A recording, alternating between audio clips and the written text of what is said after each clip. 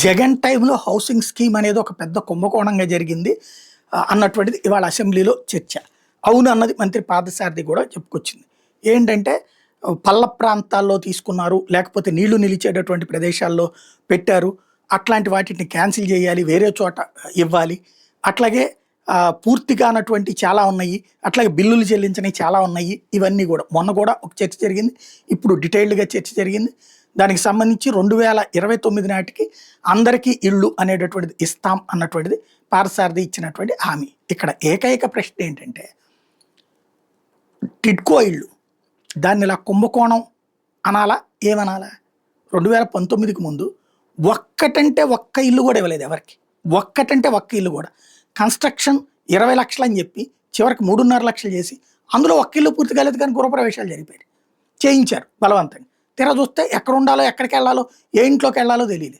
ఇప్పటికి కూడా ఇంకో 1.5 ఏడాది పడుతుందని చెప్పి మొన్న నారాయణ గారు చెప్పారు.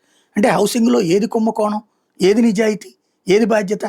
అంతకుముందు రాజీవ్ గృహ ఇళ్ళు, ఇందిరమ్మ ఇళ్ళు కట్టించిస్తే అవి ఇవ్వకుండా వదిలేసింది ఎవరు? ఓవరాల్గా పేదవాడికి సొంత ఇంటిని రాకుండా చూసే దరిద్రాన్ని ఆపండి. ఇప్పుడైనా సరే జగన్ని తిట్టండి, కొట్టండి, ఏం చేస్తారో చేసుకోండి, వాళ్ళందరినీ తీసుకెళ్ళి జైల్లో పెడతారో పెట్టండి. కానీ ప్రతి పేదవాడికి 30 లక్షల మంది ఎవరైతే పట్టాలు పొందారో ప్రతి ఒక్కళ్ళకి ఇల్లు ఇచ్చి మీ పేరు చెప్పించుకోండి. ఇప్పటికే 9.5 లక్షలు జగన్ ఉన్న టైంలో కట్టించినటువంటి ఇళ్ళకి సంబంధించినటువంటి, అంటే స్థలాలు ఇస్తే కట్టుకున్నటువంటి 9 లక్షల వరకు పూర్తయినాయి. ఓవరాల్గా మిగతా ఇళ్ళని పూర్తి చేసేటటువంటి కార్యక్రమం చేయండి.